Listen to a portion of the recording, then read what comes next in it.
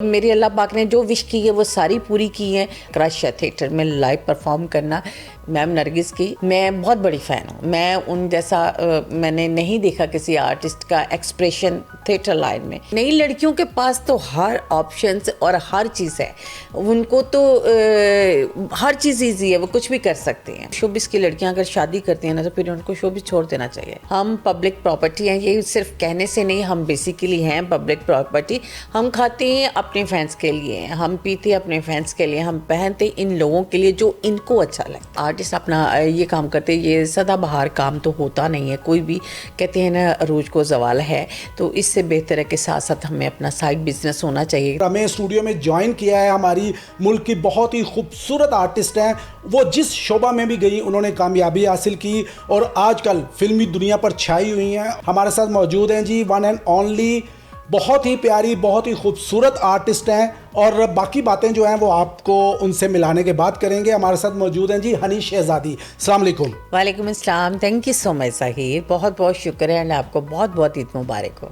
खैर मुबारक जी। आज बहुत ही खुशी का दिन है और इस खुशी के दिन को सेलिब्रेट करने के लिए और इसको और मज़ीद बेहतर बनाने के लिए, खुशियां समेटने के लिए हमने आपको यहाँ पर इनवाइट किया है। और आपका भी बहुत शुक्रिया कि आज आपको जैसा कि पता है कि ईद का दिन जो होता है वो बहुत ही ज़्यादा मसरूफ़ होता है। आपके रिश्तेदार, अजीज़ों कार, फिर आपने आना, फिर उन्होंने आना, इसमें भी आपने हमारे लिए टाइम निकाला, ये बहुत ऑनर की बात है। आपका बहुत शुक्रिया।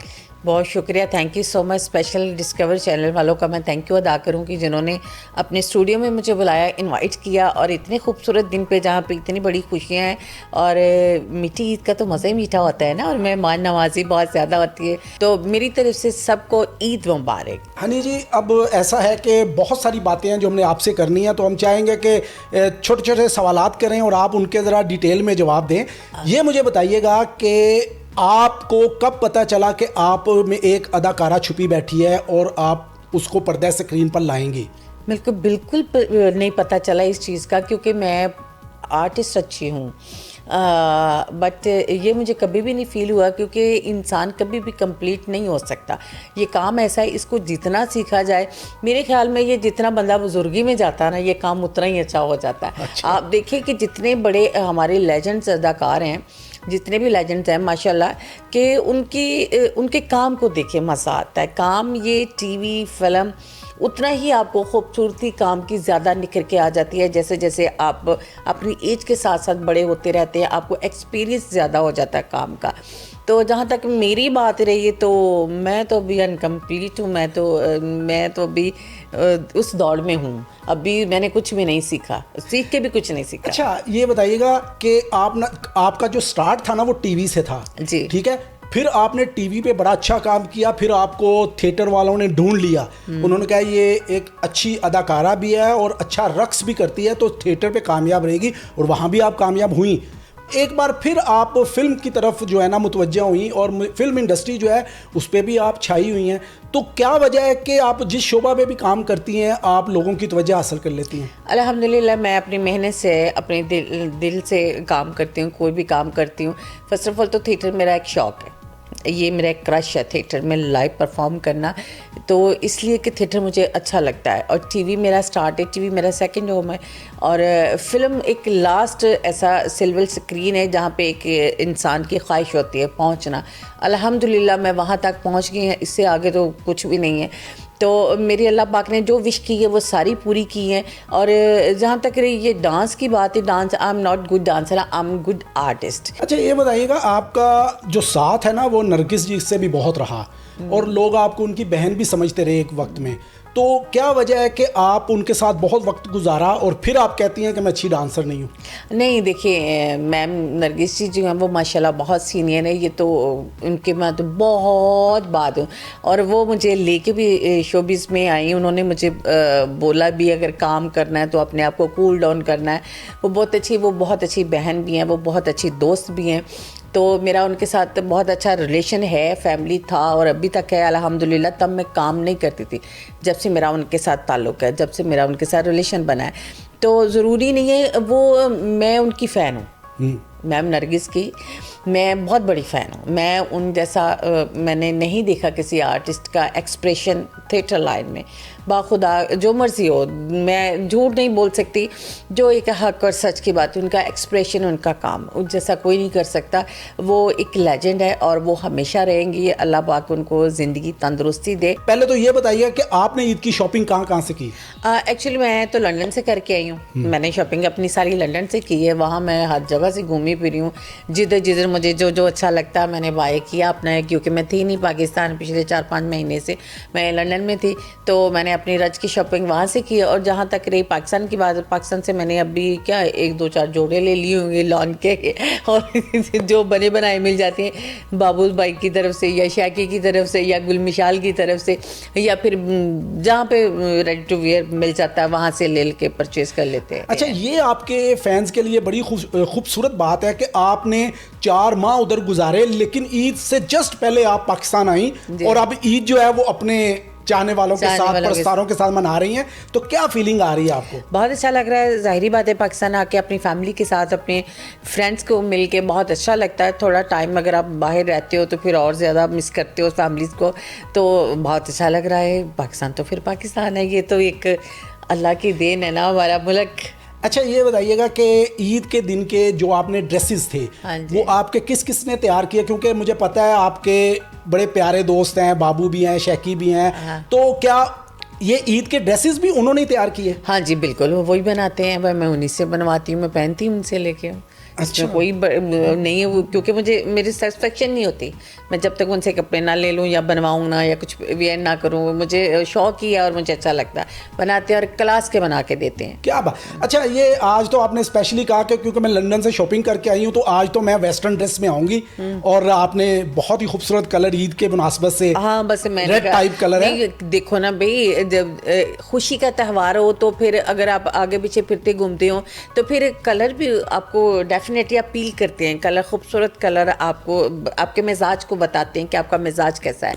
तो मैं खुशगवार मूड में हूँ ना, तो मैंने इसलिए खुशगवार कलर पहना है। हम पब्लिक प्रॉपर्टी हैं, ये सिर्फ कहने से नहीं, हम बेसिकली हैं पब्लिक प्रॉपर्टी। हम खाते हैं अपने फैंस के लिए, हम पीते अपने फैंस के लिए, हम पहनते इन लोगों के लिए जो इनको अच्छा लगता है। अच्छा, ये बताइएगा कि जब आप ईद के दिनों में मेहमान आते हैं या आप प्लान करती हैं तो खाना जो है वो घर का सब पसंद करते हैं या बाहर निकलती हैं आप रात को डिनर के लिए, आउटिंग के लिए? तो क्या प्लान होता है घर में, क्या चलता है? अच्छा नहीं, घर का खाना बनाते हैं। मेरे घर में एक सिस्टम है कि मैं खाना मेरे घर में बनता। हाँ, किसी को पसंद हो बाज़ार से मंगवा लेते। अगर बहुत स्पेशली किसी का दिल कर रहा हो तो आउटिंग के लिए जाना, कोई डिनर करना, तो ठीक है। अदरवाइज मोस्टली खाना घर में बनता है। हमारी आदत है घर में खाना, मैं बाहर से खाती बहुत कम हूँ। अच्छा जी हनी जी, बहुत मज़ा आ रहा है। यकीन करें आज बहुत ही खूबसूरत दिन है, हमने बहुत इंजॉय भी कर रहे हैं हम आपके साथ बातें करके। ईद की खुशियाँ भी दोबारा हो रही हैं, लेकिन यहाँ पर हम एक छोटा सा वक्फा लेंगे अभी आपसे। बात है जी तो नाजरीन, यहाँ पर लेंगे हम एक छोटा सा वक्फा, हमारे साथ रहिएगा। Welcome back. हमारे साथ हैं हनी शहजादी। बहुत सारी बातें हो रही हैं, बहुत मज़े की। हमारे साथ रहिए, इनसे मिलते हैं, मज़ीद और बातें करते हैं। हनी, ये बताइएगा कि जब आपको ये पता चला कि आप मैं आर्टिस्ट बन चुकी हूँ, तो सबसे पहले और आपके सामने क्या ऐसी चीज़ थी जो आपने फेस की? घर वालों का कुछ वो कहते हैं ना गुस्सा, या घर वालों के लिए की फीलिंग? जब आपको पता चला कि अब मैं आर्टिस्ट बनने जा रही हूँ या बन चुकी हूँ, तो घर वालों का क्या सोचना था इस हवाले से? अच्छा, ज़ाहिर फर्स्ट ऑफ ऑल तो ये बात है, अच्छा बहुत सारे चैनल्स होते हैं, बड़ी बातें होती हैं, बड़े इंट्रो होते हैं, बड़े इंटरव्यूज़ होते हैं लड़कियों के जो शोबिस में हैं, तो बहुत सारी चीज़ें रियल बहुत कम होती हैं, फेक बहुत ज़्यादा होते हैं। हम लोग फेक बहुत कुछ बता जाते हैं। सॉरी माइंड ना कीजिएगा मेरी कोई भी फ्रेंड्स, मेरा कोई भी कोलीग्स। और मैं आज तक मेरे ख्याल में आप लोग, मैं वाहिद वो बंदी हूँ, ये बहुत सारे लोग झूठ बोलते हैं और मुझे अल्लाह की कसम मैं इंटरव्यू देखे ना मैं हंस रही होती हूँ कि ये फेक है चीज़ें, क्योंकि जान रहे होते हो ना आप एक दूसरे को, तो पता होता है, तो आप अगला बंदा झूठ बोल रहा होता है तो आप देख के हंस रहे होते हो। तो मैं वाहिद बंदी हूँ कि जिसकी फैमिली के बारे में कोई नहीं जानता। आपको पता है कि मेरी फैमिली में मेरी माँ, बहन, भाई, ये रिश्ते जो है ना हमारे फील्ड का कोई ताल्लुक़ नहीं है, दूर दूर तक ताल्लुक़ नहीं। माँ सिवाय एक मेरी ज़ात के ना मैंने अपने घर का ताल्लुक़ रखा है इस शोबीज़ से। तो मेरे जहाँ तक मेरी ज़ात का सवाल है, तो बेसिकली तो हम जट ज़िम्मेदार लोग हैं, तो मेरा जहाँ फील्ड में आना था तो मेरा बहुत मुश्किल था। मैंने इस चीज़ का बड़ा कुछ दिया है, मैं मेरे बड़ा कुछ फेस किया है, क्योंकि पॉसिबल ही नहीं था मेरा शोबिस के अंदर आना, पॉसिबल ही नहीं था। अच्छा ये बताइएगा, एक आर्टिस्ट जो है वो उसको शौक होता है कि वो क्योंकि अदाकारी के शोबे में है तो वो कामयाबी हासिल करे, ठीक है।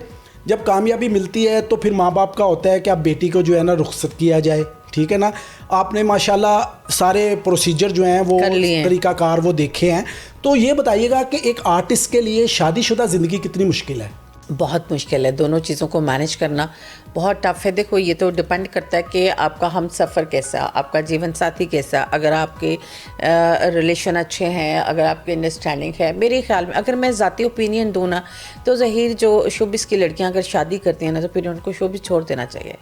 छोड़ देना चाहिए, मैं क्यों नहीं है, इसलिए कि हम लोग फिर छोटी छोटी चीज़ों से बहुत बड़ी गलतियाँ कर लेते हैं, तो वो बाद में वो पछतावा रह जाता है। तो मेरे ख्याल में बिज़ाते खुद, मैं खुद भी अपने लिए भी ये बात कर रही हूँ, किसी के लिए नहीं कर रही हूँ। वो जो हम कंप्रोमाइज़ करके चलते हैं ना, वो कंप्रोमाइज़ महंगा पड़ता है, बहुत महंगा पड़ता है। तो या फिर आप तब तक शोबिस करें जब तक आपने करना है, जब तक आप अपने आप को स्टैंड निकाल लेते, या जब तक आपका काम है। मैं नहीं कहती, जो आप लोगों का दिल है, तो देन आप फैसला करें कि अब ये चीज़ ख़त्म हो चुकी, तो अब मुझे शादी करनी चाहिए। तो जब शादी कर लिए तो फिर इस चीज़ को पैकअप करना चाहिए। अच्छा यानी ये बताइएगा, अब आपकी जो लाइफ है, जो आप समझ लें कि मैरिड लाइफ या आपकी जो ज़िंदगी में अब क्या चल रहा है? क्या अल्हम्दुलिल्लाह मेरी लाइफ बहुत अच्छी है, मैं खुश हूँ अपनी लाइफ में, जो भी है बहुत अच्छा चल रहा है मेरी लाइफ का। मेरी फैमिली, ईच एंड एवरीथिंग, अल्हम्दुलिल्लाह आई एम परफेक्ट। ये तो बड़ी बड़ी अच्छी बात है। अब मैं नहीं लोगों के सामने मैं इस तरह नहीं आती, नहीं करती, नहीं मैं बताती या कुछ भी नहीं है, लेकिन शुक्र अल्लाह पाक का, बहुत खुश हूँ, जैसे भी हूँ मैं बहुत अच्छी हूँ। नहीं ये तो बहुत ही खूबसूरत और बड़ी अच्छी बात है जी। अच्छा ये बताइएगा, जब ये शोबिज़ खासकर स्टेज जो है, यहाँ पर हमने देखा कि यहाँ पर ना कुछ स्कैंडल्स जो है ना वो बना दिए जाते हैं ताकि लड़कियां जो है ना वो कंप्रोमाइज़ भी करती हैं। तो स्टेज क्या वाकई नई लड़कियों के लिए बहुत मुश्किल है, या उनके लिए ये आग का दरिया जैसा है? नहीं, नई लड़कियों के लिए स्टेज बहुत इजी है। जो पुराने काम करने वाले हैं ना, जैसे सीनियर 5-10 साल पहले या 15 साल पहले जैसे लाइक हम लोग हैं, हमारे लिए मुश्किल हो सकता है, क्योंकि हमारी इतनी अंडरस्टैंडिंग नहीं हो सकती ना। हमसे तो लोग बात करने के लिए भी तरसते हैं, तो हमारे तो साथी फनकार जो भी है वो भी प्यार करते हैं, इज्जत से बात करते देखते हैं। नई लड़कियों के पास तो हर ऑप्शंस और हर चीज़ है, उनको तो हर चीज़ ईजी है, वो कुछ भी कर सकते हैं। पहले ये मुझे बताएं कि आप कि फीमेल में से आप किसको समझती हैं कि आप उनकी फ़ैन हैं, और अगर आपका रखा जाए, जैसे कि पाकिस्तान में बहुत सारी स्टार्स हैं, ज़ेबा बेगम है, दीबा बेगम है, निशो जी हैं, फिर अंजुमन, नीली, नादिरा, तो आप किन की फ़ैन हैं? मैं आसिया जी की थी। क्या बात है, क्या बात मुझे वो पसंद थी, जट्टी जवान और ख़ूबसूरत, मुझे बहुत पसंद है। और नादरा जी भी बहुत खूबसूरत, और अंजुबा जी का डांस बहुत अच्छा लगता है। नादरा जी भी बहुत खूबसूरत थी, लेकिन मुझे आसिया जी बहुत पसंद। आप मुझे कोई ऐसा डायलॉग अपना जो कभी आपने फिल्म में, टीवी में, कोई आपके ज़हन में रह गया हो, कोई ऐसा डायलॉग तो सुनाएं आज ईद के दिन, ज़रा आपके फ़ैन भी देखें। कोई आपके नहीं, कोई ज़हन नहीं, बहुत सारे डायलॉग हो, आप कोई भी बोल कहेंगे मैं बोल दूंगी। उस्मान जी के साथ मैं ड्रामा कर रही, रिकॉर्ड हमारा हो रहा, शूट हो रहा था चुपुरची, उस्मान पीरज़ादा जी और कराची से, और मैं और काफ़ी लोग थे ना, संगीता बाजी सब थे ना, खास सच के। अब पता क्या था, अब मैं थी उस्मान साहब की बहन। अच्छा। मैं होती उनकी छोटी बहन, माँ बाप फोत हो जाता है, वो मुझे पालते हैं, तो मैं बड़ी होती। अब जो भी बात होती है ना, संगीता बाजी जो है ना वो मेरी होती हैं भाभी, तो मेरी हर बात जो भी होती है ना वो मेरे से, फुफ्फो से पूछो। बच्चे भी कहते हैं फुफ्फो से, उस्मान साहब भी कहते हैं कि मेरी बहन जो करेगी ना सुगरा, वही सारा कुछ करेगी, सारा प्रोटोकॉल आपका था। उसके अलावा कोई बात नहीं घर में हो सकती मेरी कहने के अलावा। अच्छा, अब जो मेरी भांजी बनी हुई थी, भतीजी बनी हुई थी सॉरी, तो उसकी शादी थी, तो उसके लिए लड़का देखना था। उसके रिश्ते आ रहे थे, दूल्हे ना लेके आ रहे थे। अब शादी कराने वाला जो ना एक दूल्हा ले आया, ये रियल वाकया, और ये लगा हुआ है असलम का गांव में ना, ये हमारा एपिसोड लगा हुआ, 7वां-8वां एपिसोड है मेरे ख्याल में। तो देखिए ना, वो दूल्हा जो ले आया ना, वो दूल्हा होता है बूढ़ा, तो मैं एक ऐसे उस्मान साहब खड़े हैं, मैं खड़ी हूँ, सारे खड़े हैं, पूरी टीम खड़ी है। तो मैंने कहा ये कौन है? कहते ये दूल्हा है। मैं क्या किसका? कहते ये इसका। मैं क्या ये इसका दूल्हा? सच्ची में इसमें दूल्हा? मैं इतनी ज़ोर ज़ोर से हंसी, उसके बाद शॉट नहीं दिया गया।